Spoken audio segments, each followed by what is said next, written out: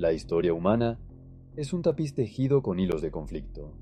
Desde los albores de los tiempos, la humanidad ha lidiado con sus impulsos más oscuros. La envidia, el orgullo y la sed de poder han alimentado innumerables actos de violencia y opresión. La Biblia, como texto sagrado para miles de millones, ofrece una lente profunda, a través de la cual podemos examinar esta lucha constante. Nos revela los orígenes del conflicto humano, remontándose al primer acto de asesinato. En el libro del Génesis, nos encontramos con la historia primordial de Caín y Abel.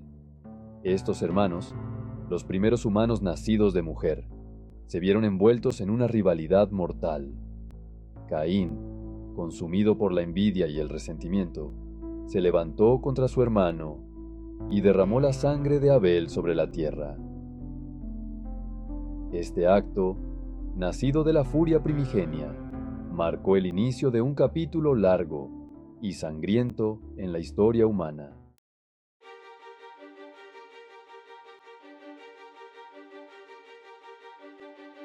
La caída de la humanidad, tal como se describe en el libro del Génesis, está indisolublemente ligada al concepto del pecado.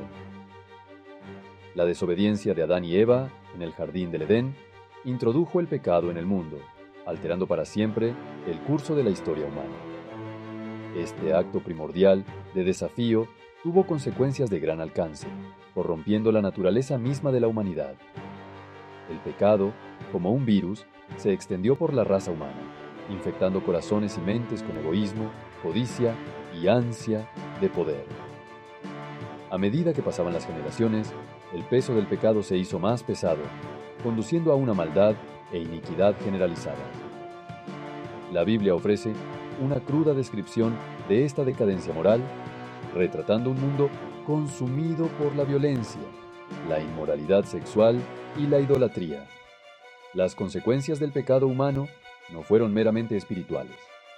El pecado tuvo un impacto tangible en el mundo físico también. La relación armoniosa entre Dios y la humanidad se rompió y el orden natural se sumió en el caos. La sequía, el hambre y las enfermedades asolaron la tierra, mientras que la violencia y la opresión se convirtieron en la norma. A pesar de la omnipresencia del pecado, la Biblia también ofrece un mensaje de esperanza. A lo largo del Antiguo Testamento, Dios extendió repetidamente su misericordia y perdón a su pueblo descarriado. A través de profetas y mensajeros, les advirtió de las consecuencias de sus acciones y los llamó a una vida de rectitud.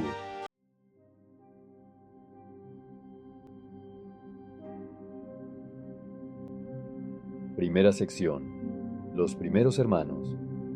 En el principio, Dios creó los cielos y la tierra, insufló vida al primer hombre, Adán, y de su costilla formó a Eva, la primera mujer. Juntos, en el jardín del Edén, vivieron en perfecta armonía con Dios y con toda la creación. Pero su paraíso no duraría para siempre. Tentados por la serpiente, Adán y Eva desobedecieron el mandato de Dios, y su pecado tuvo profundas consecuencias para toda la humanidad.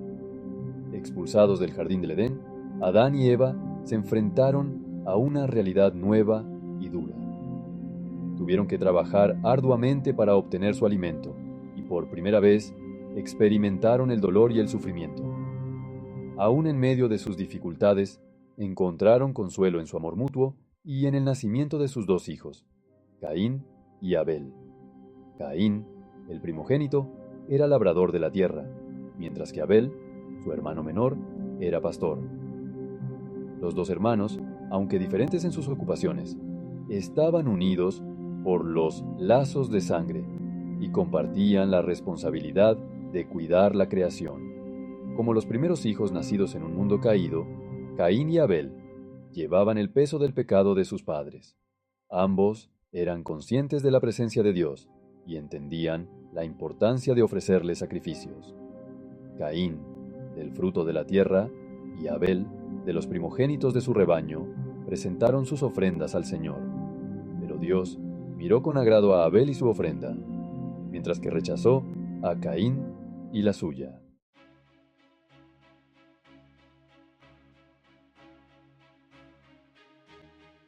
Antes del amanecer de la humanidad, antes de que los primeros susurros del viento agitaran el jardín del Edén, un conflicto de escala inimaginable estalló en los cielos. Este conflicto no fue una simple disputa, sino una guerra que sacudió los cimientos del cosmos. Los ángeles, seres de pura luz y propósito divino, se rebelaron contra su Creador. Estos seres, creados para servir y glorificar a Dios, se encontraron en una encrucijada de lealtad y ambición. Liderados por Lucifer, la estrella más brillante de la corte celestial de Dios, estos ángeles caídos buscaron usurpar el trono del cielo y reclamar el dominio sobre la creación. Lucifer, cegado por su propio resplandor, convenció a una tercera parte de los ángeles para unirse a su causa. La Biblia nos ofrece vislumbres de esta rebelión cósmica, una guerra librada con fuego celestial e ira divina.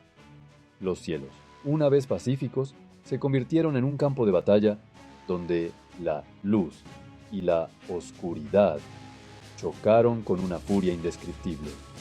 El capítulo 12 de Apocalipsis, versículos 7 al 9, describe la batalla en términos vívidos y poderosos. Después, hubo una gran batalla en el cielo. Miguel y sus ángeles luchaban contra el dragón.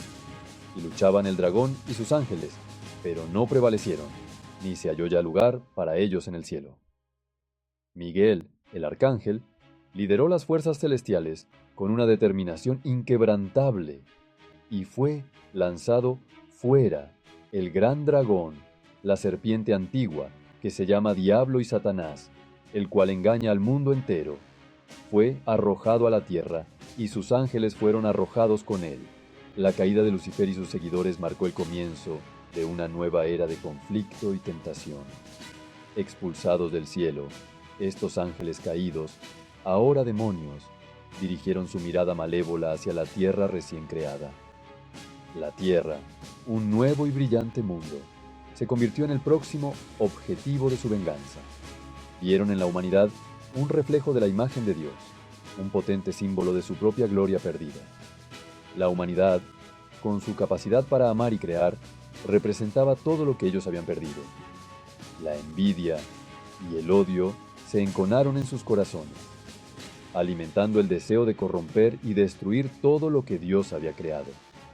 Estos sentimientos oscuros se convirtieron en el motor de sus acciones futuras, y así se preparó el escenario para un nuevo conflicto, una guerra espiritual librada por las almas de la humanidad. Esta guerra no sería librada con espadas y escudos, sino con tentaciones y engaños. Los ángeles caídos, maestros del engaño y la manipulación, no se detendrían ante nada para alejar a la humanidad de la luz de Dios y llevarla a su propio reino sombrío. Su objetivo era claro: desviar a la humanidad del camino de la rectitud y sumergirla en la oscuridad eterna.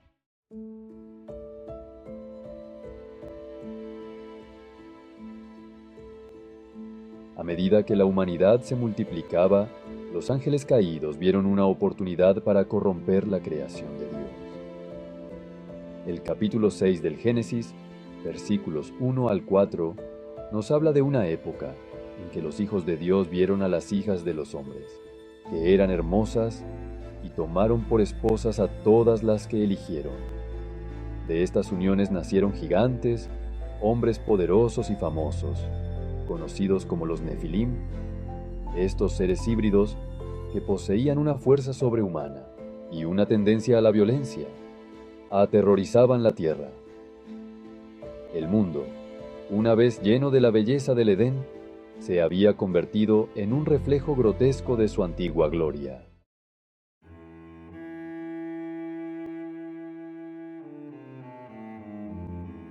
La maldad de la humanidad entristeció profundamente a Dios. El capítulo 6 del Génesis, versículos 5 al 7, registra la angustia de Dios. Viendo Jehová que la maldad de los hombres era mucha en la tierra, y que todo designio de los pensamientos del corazón de ellos era de continuo, solamente el mal. El mundo se había corrompido tanto que Dios resolvió comenzar de nuevo. Sin embargo, en medio de la omnipresente oscuridad del pecado, un destello de esperanza permanecía. Había un hombre, Noé, que halló gracia ante los ojos de Dios. Dios, en su misericordia, decidió salvar a Noé y a su familia del juicio venidero.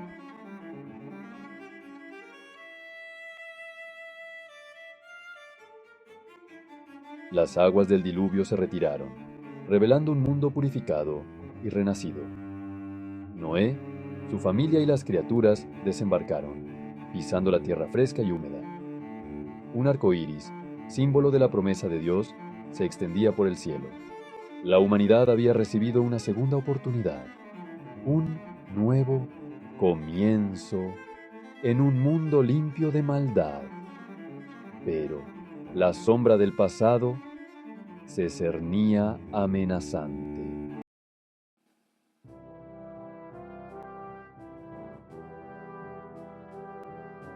Sección 2. La Torre de la Arrogancia. Los habitantes de la Tierra, ahora una gran multitud, se embarcaron en un proyecto de una magnitud sin precedentes. Decidieron construir una ciudad y una torre que llegara hasta los cielos.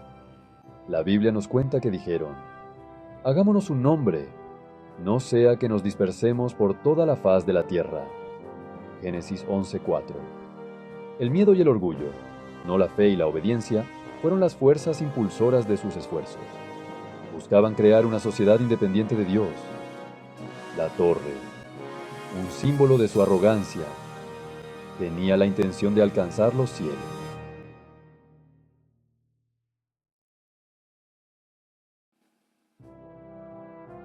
Sección 3. Confusión de lenguas. Dios, observando el drama que se desarrollaba abajo, vio la maldad en sus corazones. En su infinita sabiduría, Dios decidió intervenir, no a través de un diluvio cataclísmico esta vez, sino mediante un acto de juicio más sutil. Confundió el lenguaje de toda la tierra, para que ya no pudieran entenderse entre sí. La torre, inacabada y abandonada, se convirtió en un símbolo de la futilidad de la ambición humana cuando se divorcia de la voluntad de Dios.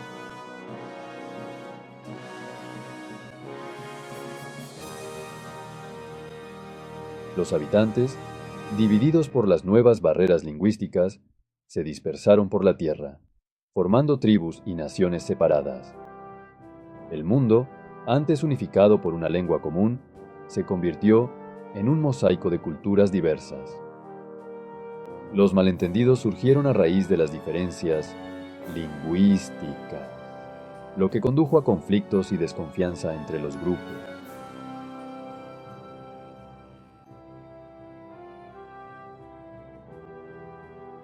Los ecos de Babel resuenan a través de la historia humana, recordándonos el potencial de división y conflicto.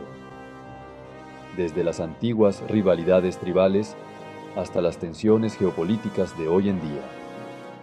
La incapacidad para comprender y sentir empatía por aquellos que son diferentes a nosotros continúa alimentando la discordia. El legado de Babel se manifiesta en los innumerables conflictos que han estallado por el idioma, el territorio y los recursos.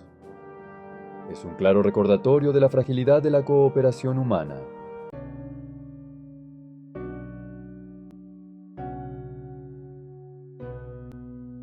La historia de la Torre de Babel se erige como una advertencia eterna contra los peligros del orgullo humano. Nos recuerda que nuestros mayores logros, cuando son impulsados por la arrogancia, son en última instancia vacíos y efímeros. La torre, concebida como un símbolo del ingenio humano, se convirtió en un monumento a la inutilidad de perseguir nuestras propias ambiciones al margen de la voluntad de Dios. La historia de Babel nos llama a examinar nuestros propios corazones, a arrancar las semillas del orgullo y la arrogancia.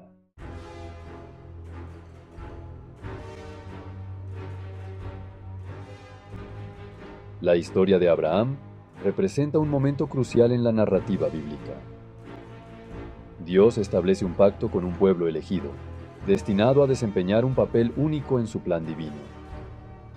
Abraham, un hombre de fe inquebrantable, se erige como el centro de este pacto. El llamado de Dios a Abraham fue tanto una bendición como un desafío. Le ordenó a Abraham que abandonara su tierra natal y viajara a una tierra que Dios le mostraría. Abraham, confiando en las promesas de Dios, obedeció sin dudarlo.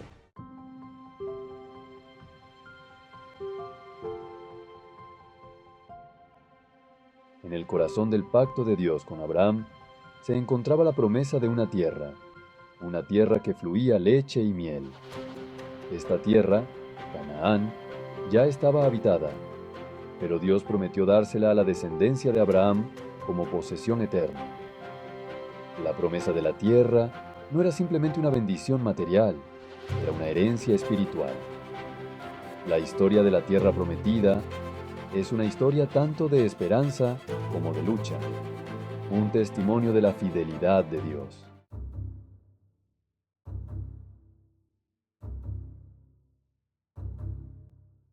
Las generaciones pasaron y los descendientes de Abraham se convirtieron en una nación grande y próspera en Egipto.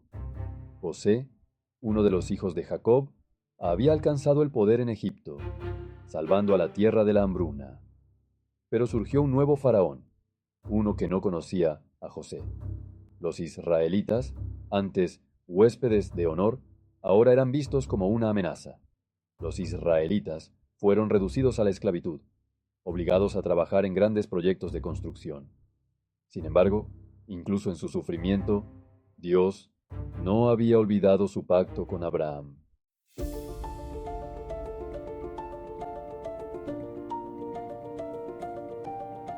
Moisés, un hombre de origen humilde, pero de extraordinario destino, se presentó ante el faraón exigiendo la liberación de su pueblo. Así dice el Señor, Dios de Israel, deja ir a mi pueblo para que me celebre una fiesta en el desierto. Éxodo 5:1. El faraón, con el corazón endurecido por el orgullo, se negó a reconocer al Dios de Israel. Se desató entonces una batalla de voluntades, un choque entre el Dios de Israel y los dioses de Egipto. Dios desencadenó una serie de plagas sobre Egipto, cada una un testimonio de su poder. Finalmente, el faraón cedió, permitiendo que los israelitas partieran.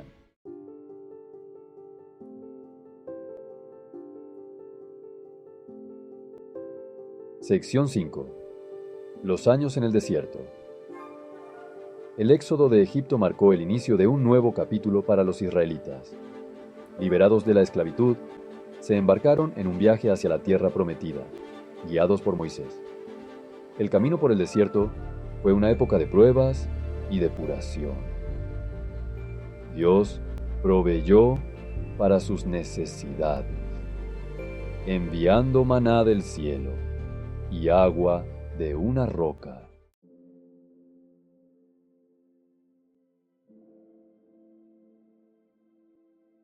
Sección 6. Conquista y división. Tras 40 años de travesía, los israelitas, guiados por Josué, llegaron a la tierra prometida.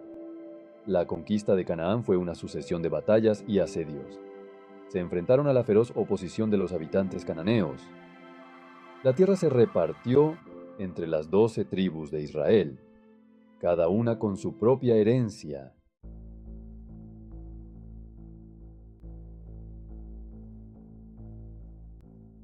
Sección 7.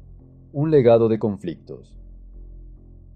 La conquista de Canaán marcó un punto de inflexión, pero no puso fin a los conflictos.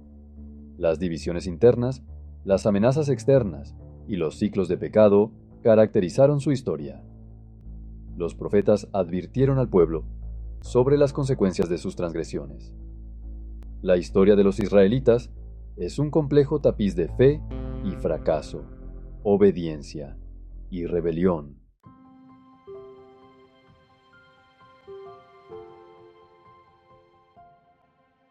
Los siglos pasaron. Los israelitas, dispersos y oprimidos, Se aferraron a la esperanza susurrada por los antiguos profetas, la promesa de un Mesías, un libertador enviado por Dios para redimir a su pueblo y establecer un reino eterno.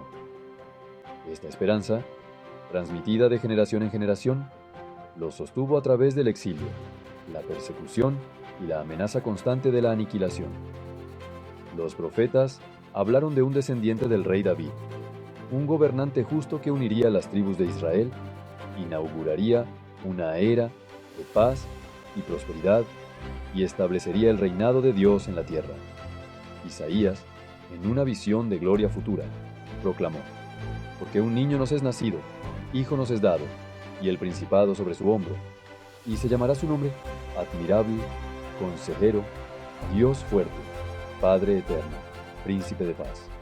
Isaías 9:6. Esta esperanza mesiánica no se limitaba a los israelitas.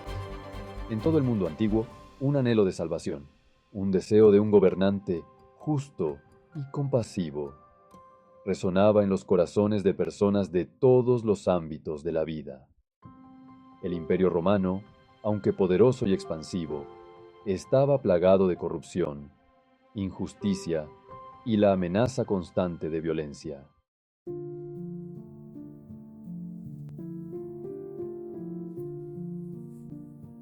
A medida que Jesús se convertía en hombre, comenzó su ministerio público. Viajó por toda Galilea, enseñando en las sinagogas, sanando a los enfermos y proclamando las buenas nuevas del reino de Dios. Sus enseñanzas, arraigadas en el amor, la compasión y el perdón, desafiaron a las autoridades religiosas y políticas de su tiempo, ofreciendo una alternativa radical al legalismo y la hipocresía que caracterizaban gran parte de la sociedad judía. Los milagros de Jesús, actos de poder divino que desafiaban toda explicación, demostraban su autoridad sobre la naturaleza y su compasión por los que sufrían. Sanó a los enfermos, expulsó demonios, calmó tormentas e incluso resucitó a los muertos, revelando su identidad como el Hijo de Dios y el Mesías tan esperado. Enseñaba con autoridad, sus palabras llevaban el peso de la revelación divina. Habló del amor de Dios por todas las personas, incluso por los marginados y los pecadores. Desafió a sus seguidores a vivir vidas de amor radical, perdón y desinterés, a amar a sus enemigos, a cuidar de los pobres y los marginados, y a buscar primero el reino de Dios. Sus enseñanzas, revolucionarias en su sencillez y profundidad, resonaron en personas de todos los ámbitos de la vida, atrayendo multitudes hambrientas de verdad, sanación y esperanza. Su mensaje, aunque desafiante para los poderosos y privilegiados, ofrecía una visión de un mundo transformado por el amor, un mundo donde prevalecían la justicia y la rectitud.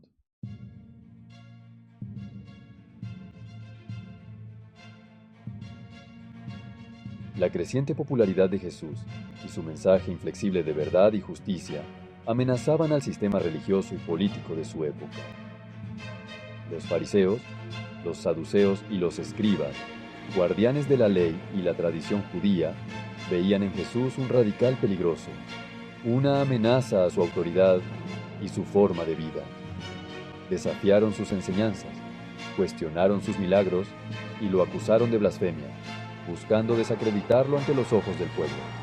Pero Jesús, sin inmutarse por su oposición, continuó predicando y sanando, con su autoridad arraigada en el poder de Dios, no en la aprobación humana.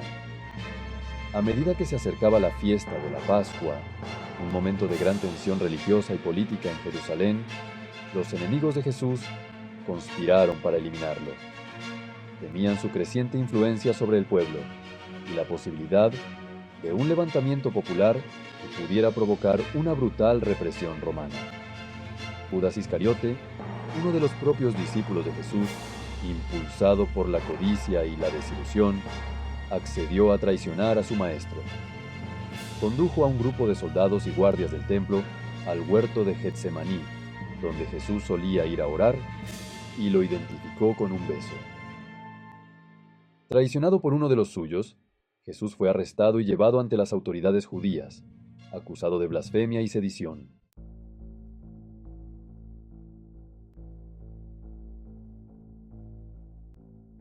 El juicio de Jesús ante el Sanedrín, el alto tribunal judío, fue una farsa, una conclusión previsible impulsada por la envidia, el miedo y el deseo de silenciar una voz peligrosa.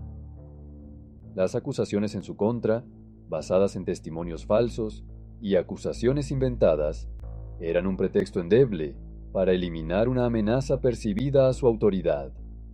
A pesar de las pruebas débiles y la falta de una audiencia justa, Jesús fue condenado a muerte. Pero como los romanos tenían la autoridad máxima en Judea, los líderes judíos tuvieron que persuadir a Poncio Pilato, el gobernador romano, para que ejecutara la sentencia. Pilato, aunque escéptico de los cargos contra Jesús y reacio a condenar a un hombre inocente, finalmente cedió a la presión de la multitud, que había sido agitada por los líderes religiosos. Entregó a Jesús para ser crucificado, una forma brutal de ejecución reservada para los criminales más viles y los enemigos del Estado. Despojado de sus ropas, burlado y golpeado, Jesús fue clavado en una cruz de madera, un símbolo de vergüenza y degradación. Mientras colgaba allí, en un dolor insoportable gritó: Dios mío, ¿por qué me has abandonado? En ese momento de absoluta desesperación, llevó el peso de los pecados del mundo, la culpa y la vergüenza acumuladas de la humanidad desde la caída de Adán hasta esa misma hora. La muerte de Jesús en la cruz no fue simplemente el final trágico de un hombre justo. Fue el acto supremo de amor y sacrificio. Voluntariamente entregó su vida, un rescate por muchos, una expiación sustitutiva por los pecados de la humanidad.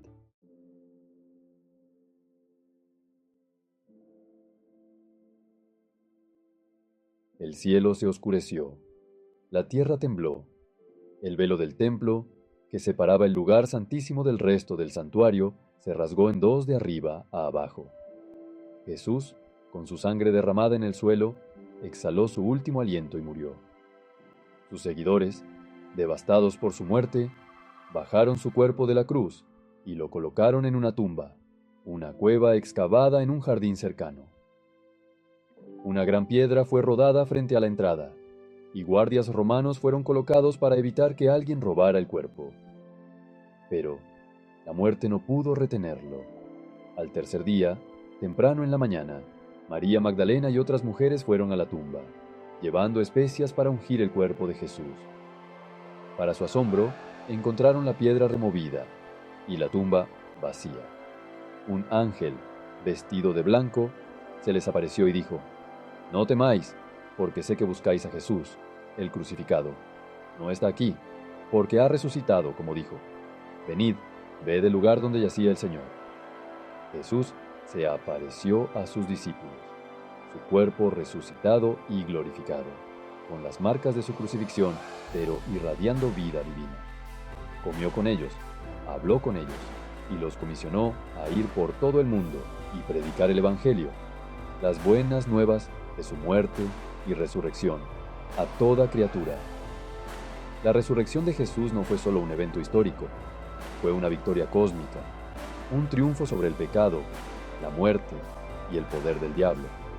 Marcó el comienzo de una nueva creación, un nuevo pacto entre Dios y la humanidad, sellado no con la sangre de animales, sino con la sangre de su Hijo.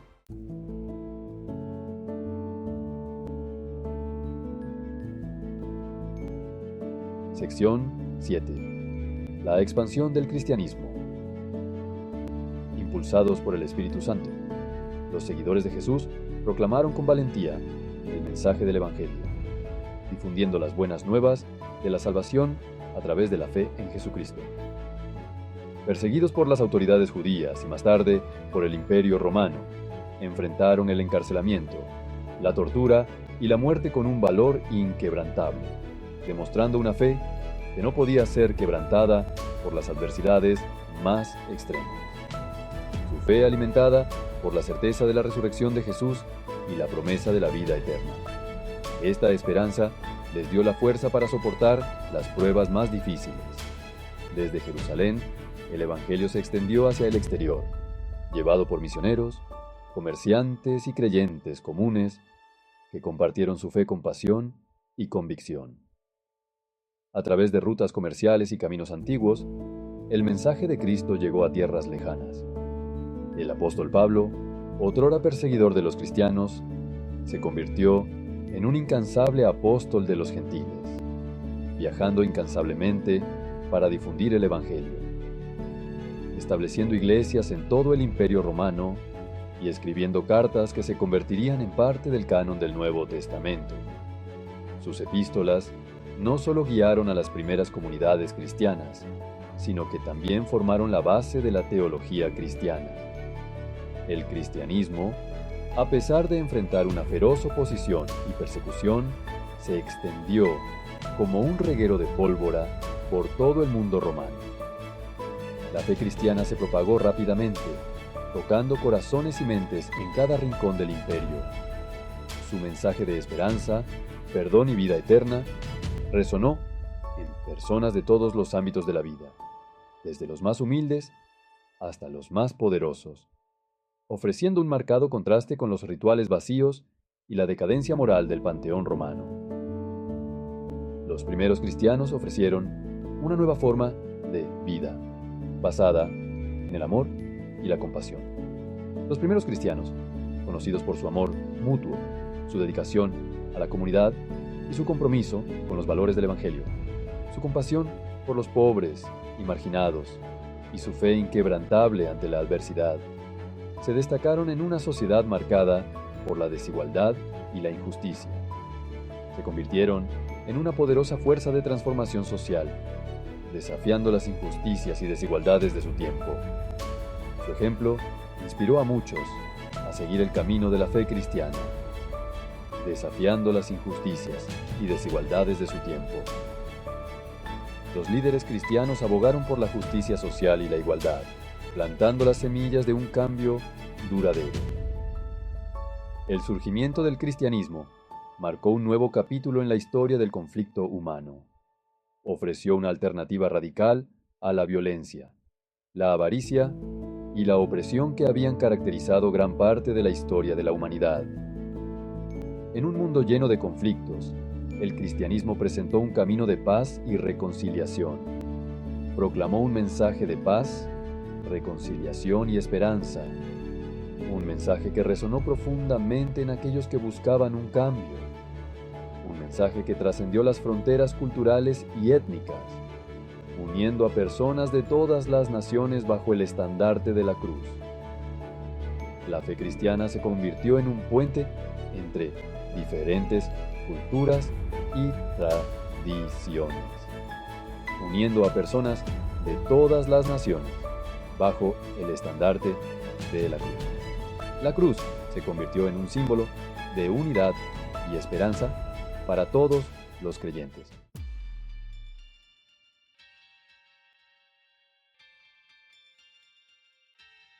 Sección 1. El conflicto interminable. Desde el primer fratricidio en el Jardín del Edén hasta los conflictos globales del siglo XXI, la historia de la humanidad ha quedado marcada indeleblemente por la violencia, la opresión y la sed insaciable de poder.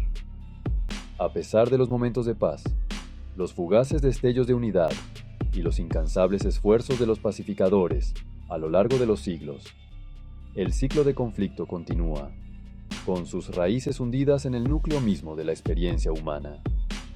El siglo XX, a menudo aclamado como una era de progreso e ilustración sin precedentes, resultó ser el siglo más sangriento de la historia de la humanidad, empañado por 2 guerras mundiales, innumerables conflictos regionales y los horrores inimaginables del genocidio. El siglo XXI, a pesar de los avances tecnológicos y la creciente interconexión global, ha heredado este legado de violencia con nuevas amenazas que surgen del extremismo religioso, la polarización política y la creciente escasez de recursos vitales. El auge de la globalización, si bien fomenta la interdependencia económica y el intercambio cultural, también ha exacerbado las desigualdades existentes, creando nuevos caldos de cultivo para el resentimiento, el extremismo y el conflicto. La rápida difusión de información a través de Internet y las redes sociales, aunque ofrece oportunidades sin precedentes para la comunicación y el entendimiento, también ha facilitado la propagación de información errónea, propaganda y discurso de odio, alimentando aún más la división y la desconfianza entre individuos, comunidades y naciones.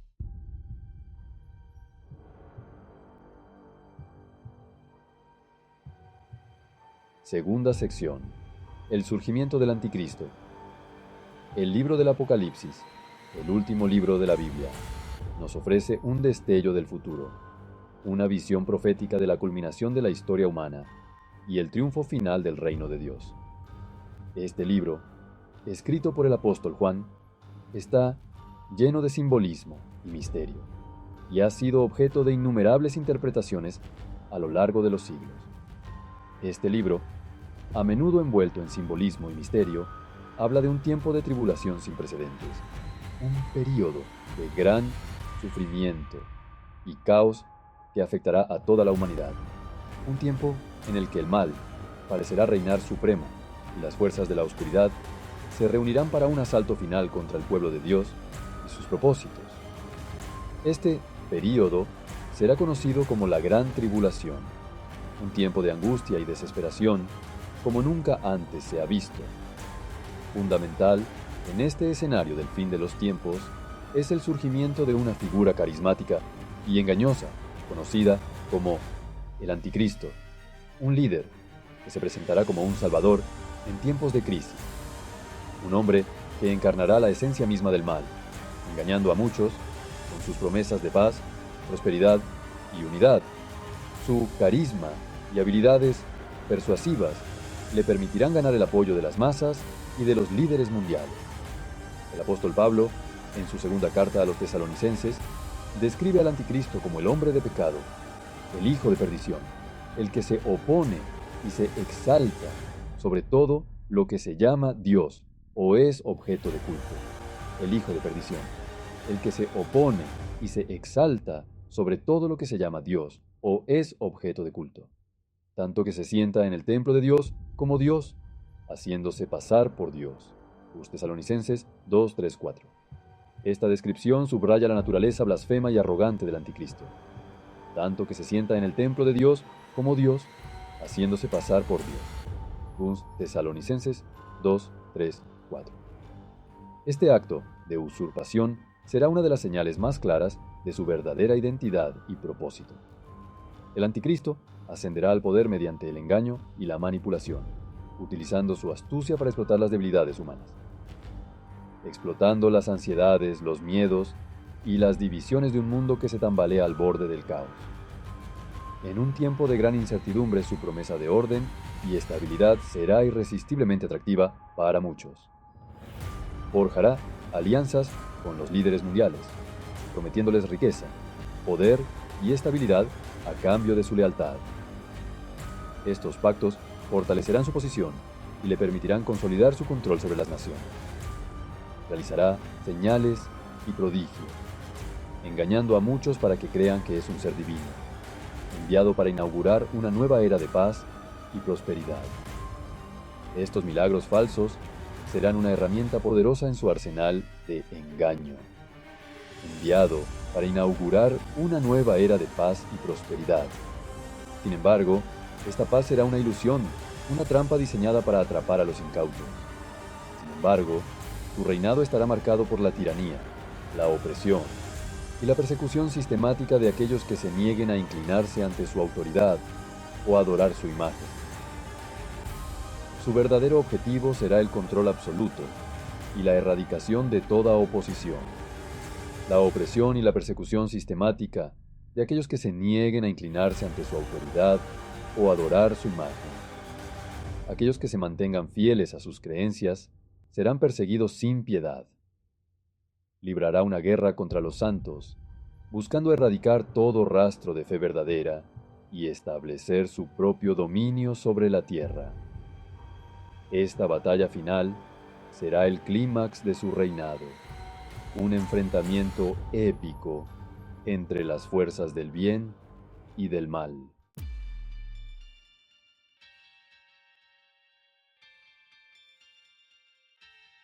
El surgimiento del Anticristo marcará el comienzo de un periodo de tribulación sin precedentes, una época de agitación global, desastres naturales y sufrimiento inimaginable.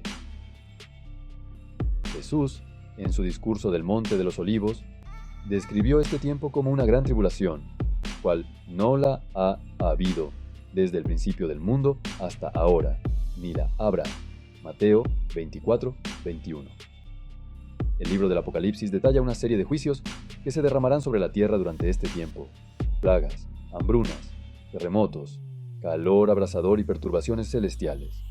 El apóstol Juan, en su visión del fin de los tiempos, escribió: Miré, y he aquí un caballo amarillo, y el que lo montaba tenía por nombre Muerte, y el Hades le seguía. Y les fue dada potestad sobre la cuarta parte de la tierra, para matar con espada, con hambre, con mortandad y con las fieras de la tierra. Apocalipsis 6:8. Estos juicios, aunque aterradores en su alcance e intensidad, no son meramente actos de retribución divina. También son expresiones de la misericordia de Dios, un llamado final al arrepentimiento, una llamada de atención a un mundo adormecido en su pecado y rebelión. Incluso en medio del juicio, el corazón de Dios permanece lleno de compasión, anhelando redimir su creación y restaurarla a su gloria original. Sin embargo, a pesar de la abrumadora evidencia del poder de Dios y la creciente severidad de sus juicios, muchos continuarán rechazando su oferta de salvación, eligiendo en su lugar seguir al Anticristo y abrazar los placeres fugaces y las promesas vacías de un mundo que avanza en espiral hacia la destrucción.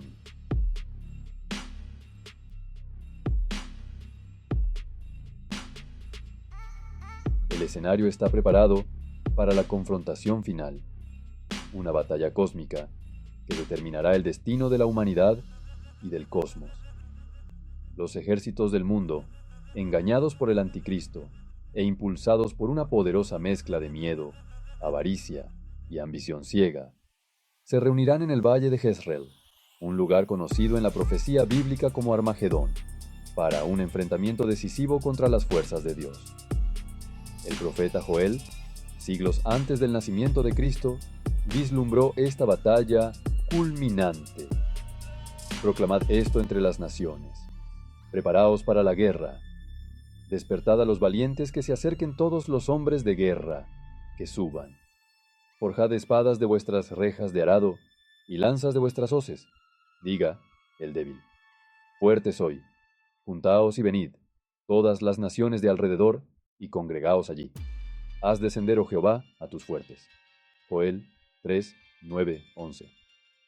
El libro del Apocalipsis describe la batalla final con vívidos detalles. Una escena de carnicería y destrucción inimaginables, con ángeles y demonios chocando en los cielos, terremotos que destrozan la tierra y fuego lloviendo del cielo. El Anticristo y sus ejércitos, aunque vastos en número y equipados con las armas de guerra más sofisticadas, no serán rival para el poder abrumador de la ira de Dios. Jesucristo, el Rey de Reyes y Señor de Señores, regresará a la tierra, no como un bebé indefenso en un pesebre, sino como un guerrero conquistador, con los ojos ardiendo de justa ira, con la espada desenvainada, listo para vencer a sus enemigos y establecer su reino en la tierra.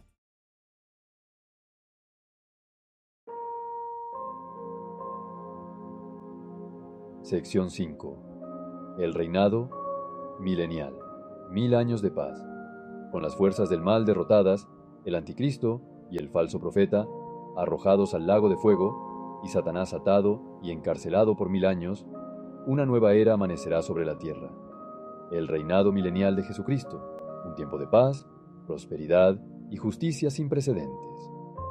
El profeta Isaías, en una visión de este glorioso futuro, escribió: el lobo habitará con el cordero, el leopardo se acostará con el cabrito, el becerro, el león y el animal, engordado, estarán juntos, y un niño pequeño los guiará. La vaca y la osa pasarán, sus crías reposarán juntas, y el león comerá paja como el buey. El niño de pecho jugará sobre la cueva de la cobra, y el recién destetado extenderá su mano sobre la guarida de la víbora. No dañarán ni destruirán en todo mi santo monte, porque la tierra estará llena del conocimiento del Señor, como las aguas cubren el mar. Isaías 11, 6, 9.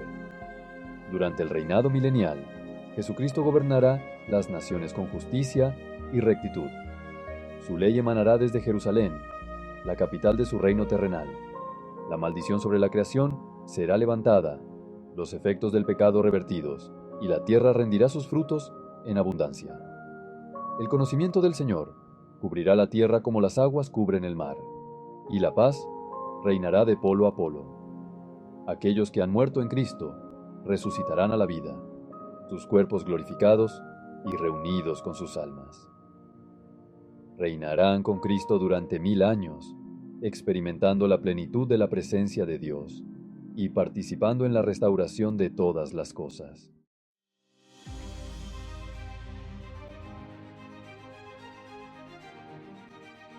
Sección 6. Un cielo nuevo y una tierra nueva. El reinado milenario culminará en un acto final de renovación cósmica.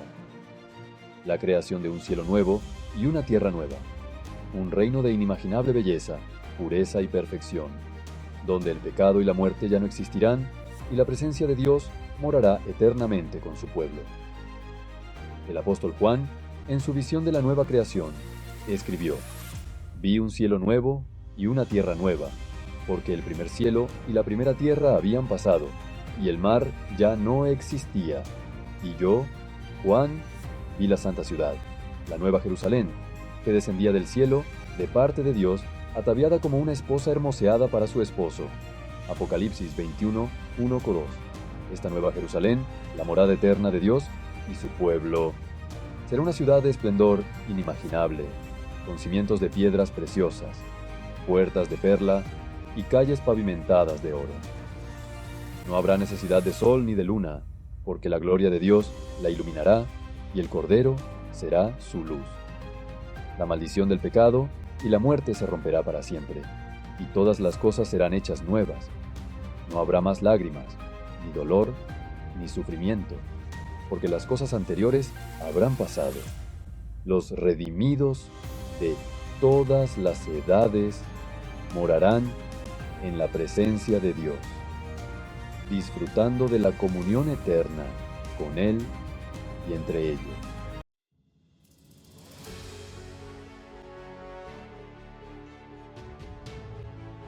Octava sección. La urgencia del momento presente. Las profecías bíblicas sobre el fin de los tiempos, además de ofrecernos un atisbo del futuro, no son meras predicciones pasivas de los acontecimientos venideros. También son llamados urgentes a la acción, exhortaciones a vivir vidas de fidelidad, vigilancia y esperanza inquebrantable ante un mundo cada vez más caótico e incierto. El apóstol Pedro, escribiendo a una iglesia que enfrentaba persecución y la amenaza de la apostasía, instó a sus lectores: puesto que todas estas cosas han de ser deshechas, ¿cómo no debéis vosotros andar en santa y piadosa manera de vivir, esperando y apresurándoos para la venida del día de Dios, en el cual los cielos, encendiéndose, serán deshechos, y los elementos se fundirán con abrasador calor? 1 Pedro 3, 11, 12.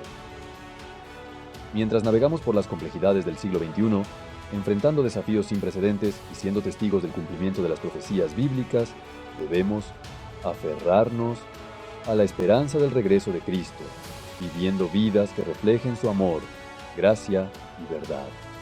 Debemos ser agentes de reconciliación en un mundo desgarrado por el conflicto, faros de luz en un mundo envuelto en tinieblas.